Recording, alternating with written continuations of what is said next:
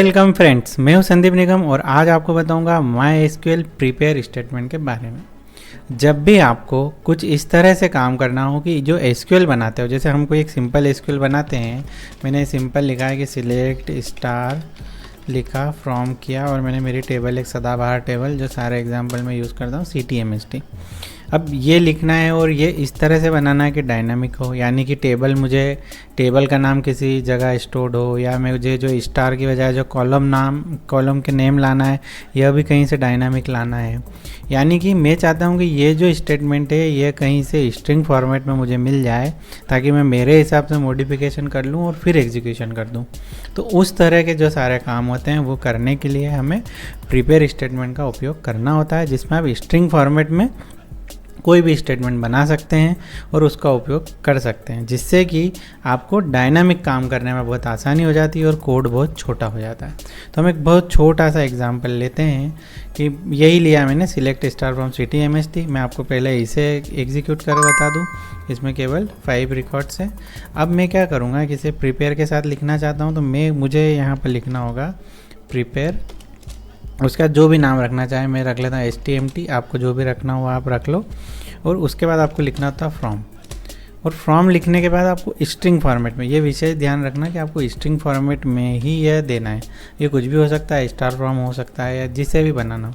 आप यहाँ कॉन्केट लगा के कोई चीज़ लगाना चाहें तो मिक्स करके बना सकते हैं, या बहुत सारा ऑप्शन है वो सब कर सकते हैं। तो पहला जो सिंपल है कि आपने जो भी स्टेटमेंट को बनाना है उसके आगे केवल आपको प्रिपेयर एक नाम देना है और उसके बाद फ्रॉम लिख के वो SQL दे देना है, ठीक है।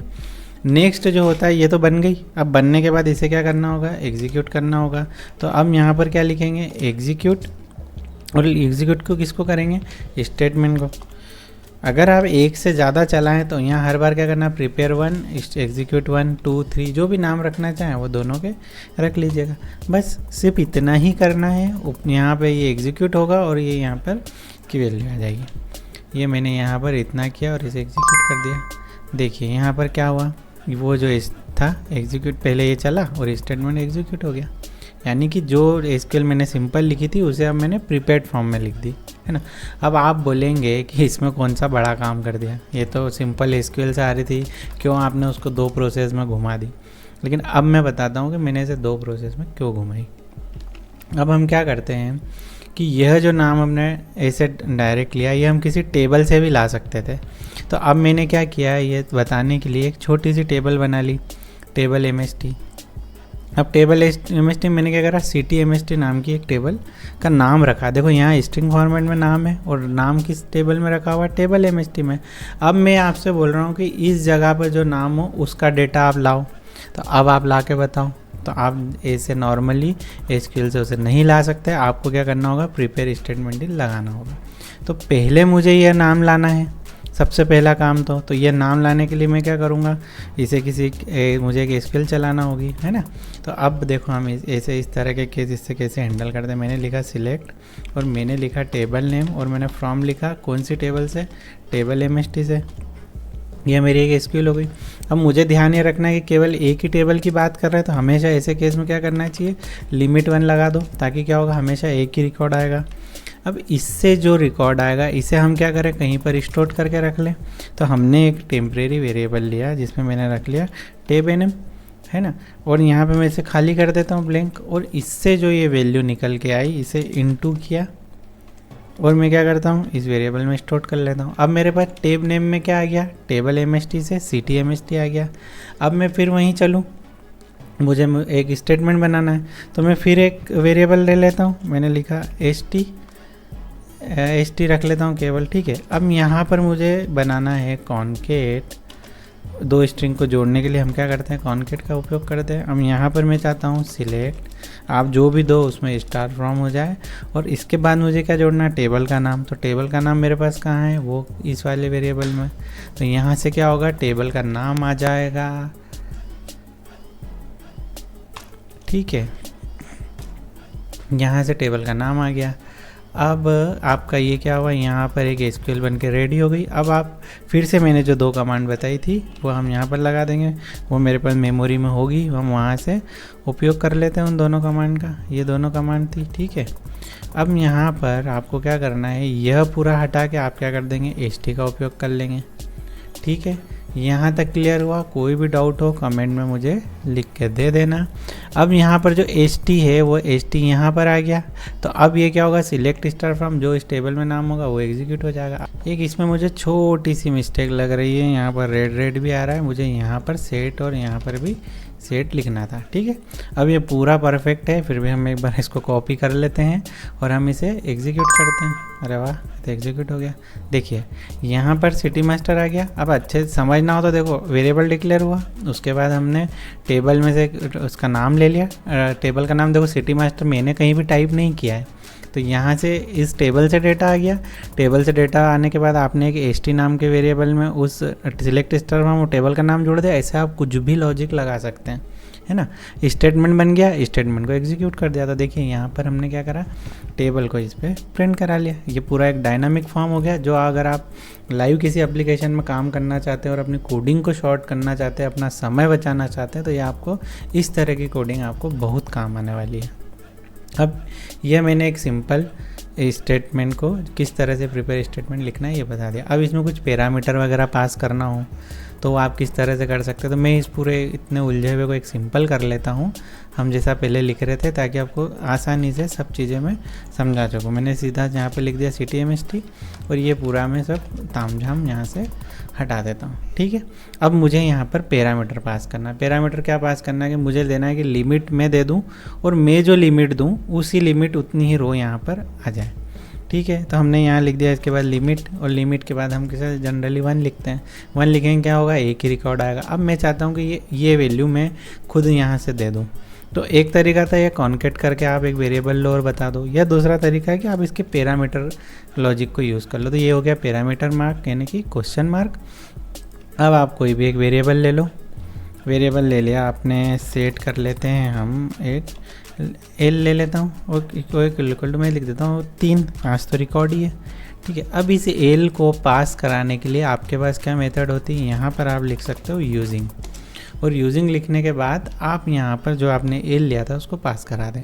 अगर एक से ज़्यादा वेरिएबल हो तो आप यहाँ कॉमा लगा के लिख सकते हैं, और यहाँ पर भी क्वेश्चन मार्क के बाद जो जहाँ पर भी अगर आप 3 क्वेश्चन मार्क लगाएंगे तो यहाँ पर आपको 3 वेरिएबल देना होंगे एक के बाद एक। सिंपल है। यहाँ पर पैरामीटर पास किया, अब हम इसे एग्जीक्यूट कर देख लेते हैं। ये एग्जीक्यूट किया, देखिए 3 ही रिकॉर्ड आए। अगर आप और कुछ चेंज करना चाहते हैं तो यहाँ पर केवल चेंज करेंगे तो अपने आप चेंज हो जाएगा। अब यहाँ तक आपने पैरामीटर पासिंग भी सीख ली। अब अगर आपको कोई वेरिएबल जो हम इनटू से लेते थे वह अगर आपको लेना हो तो कैसे लेंगे, तो मैं आपको वो भी बता देता हूँ। तो यहाँ पर मैं ये पूरा लॉजिक लिखा रहने देता हूँ, और यहाँ पर हम क्या करते हैं, यहाँ पर लगा देते हैं काउंट। मैंने लगाया काउंट स्टार, और यहाँ पर ठीक है, इस वैल्यू को हमको लेना है। तो हम कैसे लिखते हैं, इनटू, और हम एक कोई भी वेरिएबल बना लेते हैं जिसमें इसको रख दे। तो मैं क्या करता हूँ, @ मैं लिख देता हूँ वेल। तो अब क्या होगा, यह इस वेल में आ जाएगा। अब वेल इसे मिलेगा नहीं, तो हम क्या करते हैं, पहले एक यहाँ पर वेल एक बना के छोड़ देते हैं, इसमें डिफ़ॉल्ट वैल्यू हम 0 दे देते हैं, तो यह वैल्यू में आ जाएगा। अब इस वैल्यू को प्रिंट करने के लिए आप क्या करेंगे, सिंपल सिलेक्ट लिख देंगे, ठीक है। ये सिर्फ लॉजिक बता रहा हूँ, आपका उपयोग करना आपके ऊपर निर्भर करता है कि आप किस तरह की टास्क कर रहे हैं, उसमें इसे किस तरह से उपयोग करें। अब क्या हुआ, यहाँ पर जो वैल्यू आएगी वो वेरिएबल में आ गई, और इस वेरिएबल को आपने प्रिंट कर दिया, ठीक है। अब मैं इसे भी एक बार आपको एग्जीक्यूट कर बता देता हूँ। ये एग्जीक्यूट किया, देखिए काउंट में क्या आया, यहाँ पर 5 रिकॉर्ड आ गए। अब अभी जो पैरामीटर दिया लिमिट का वो वैसे भी काम करेगा नहीं, क्योंकि हमेशा काउंटिंग में लिमिट एक ही डेटा आएगा, तो आप कितनी भी दें। लेकिन ये डेटा कौन सा काउंट हुआ है, जो कि टेबल में जितने रिकॉर्ड थे, क्योंकि आपने काउंट स्टार लगाया। ऐसे आप कुछ भी लगाएं, कोई भी वेरिएबल लें, उसकी वैल्यू को आप यहाँ पर आसानी से इस तरह से ले सकते हैं। सेम यही लॉजिक यदि आप किसी स्टोर प्रोसीजर की बात करें या स्टोर प्रोग्राम की बात करें तो उसमें चला सकते हैं। उसमें हल्का सा चेंज आता है, तो मैं इसी एग्जांपल पे आपको एक प्रोसीजर बना के बता देता हूँ। तो मैं क्या करूँगा, प्रोसीजर में जाता हूँ, यहाँ पर एक ऐड रूटीन कर लेता हूँ, नाम हम रख देते हैं प्रोसेस, प्रिपेयर के लिए बना रहे हैं, तो प्रिपेयर, और मैंने एक पहले बनाया था इसलिए मैं इसका नाम न्यू रख देता हूँ। ठीक है, यहाँ पर हमारा नियम क्या होता है, बिगिन करना है और एंड करना है। इसके अलावा AS यहाँ पर जो था वो लिख दो। थोड़ा सा यहाँ आपको चेंज करना होता है क्योंकि यहाँ पर जो ये यूजिंग है, आप अगर अभी एग्जीक्यूट करना चाहेंगे तो ये नहीं चलेगा, है ना। एक बात ये है कि मैंने 2 पैरामीटर, ये जो पैरामीटर लिया मैं चाहता हूँ कि इसे पास करवा दूँ यहाँ से, तो मैं क्या करता हूँ, एक इंटीजर ले लेता हूँ और यहाँ पर मैं लिमिट के लिए लिख रहा हूँ तो मैं LMT नाम का एक इंटीजर ले लेता हूँ जिसकी वैल्यू भले 2 3 जो भी रखना रख लो, है ना। फर्स्ट स्टेप में हम इसे छोड़ते हैं, हम केवल सिंपल अपनी जो पहले बात की थी स्टार फॉर्म वाली बात कर लेते हैं। स्टार फॉर्म और लिमिट हमने यहाँ से पास करा दी। चाहते तो आप इसको कॉन्केट से भी पास करा देते, लेकिन मैं यहाँ से इस तरह से पास करा रहा हूँ। अब जो इसमें छोटा सा चेंज ये है कि जो हमने लिमिट लिया इसको आप अगर यहाँ पर लेने की कोशिश करेंगे तो यह नहीं चलेगा, तो आप इसे यहाँ पर पास कर दीजिए। बाकी पूरा सिस्टम ऐसा का ऐसा ही रहने दीजिए। हमने यहाँ पर लिमिट पास करा दी और ये लिमिट इस वेरिएबल में गई, इस वेरिएबल को आपने यूजिंग से ले लिया। ठीक है, अब आप इसे एग्जीक्यूट कर दीजिए। पहले तो सेव कर दीजिए, सेव हो गया। अब हम इसे एग्जीक्यूट कर देते हैं। अब ये पूछ रहा है कितनी वैल्यू, मैंने बोला मुझे 3 रिकॉर्ड देखना है। यहाँ पर आप देखेंगे 3 रिकॉर्ड आ गए। अगर मैं फिर से एग्जीक्यूट करना चाहूँ तो मैं फिर से क्या करूँगा, प्रोसीजर में एग्जीक्यूट करूँगा। अब मैं 4 कर देता हूँ तो 4 रिकॉर्ड आ जाना चाहिए। देखो 4 रिकॉर्ड आ गए, है ना। यानी कि अगर हम इस पूरे को प्रोसीजर में या कोई स्टोर प्रोग्राम में डालते हैं तो हमें पैटर्न पूरा यही रखना है। आपके जो भी वेरिएबल में उसमें इस तरह से वैल्यू दे दीजिए।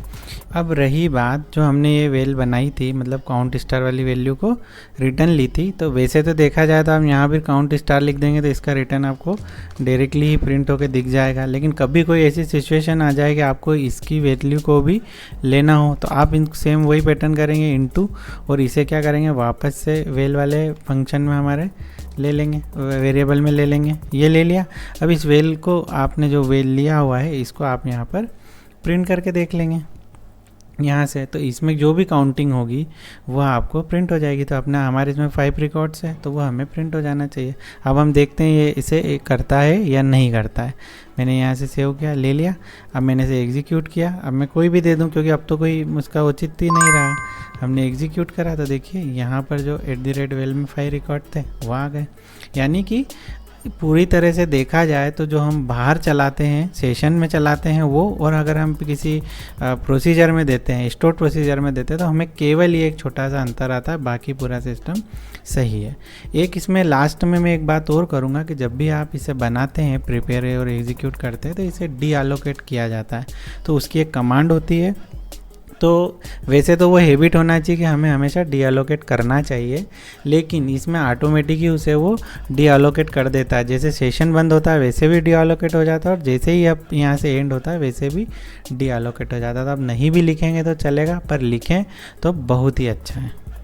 यहाँ पे हम उसे डीअलोकेट को इस तरह से लिखते हैं, डीअलोकेट प्रिपेयर, और आपके जो भी स्टेटमेंट का नाम था, स्टेटमेंट का STMT था, तो जो भी स्टेटमेंट का नाम हो आप वो लिख दीजिएगा। बस इतना करें तो बहुत अच्छा है, नहीं भी करेंगे तो चलेगा। ठीक है, इतना किया और आप इसे एग्जीक्यूट कर हम एक बार चेक कर लेते हैं हमने जो किया वो सही है या नहीं है, कोई एरर तो नहीं है, परफेक्ट है।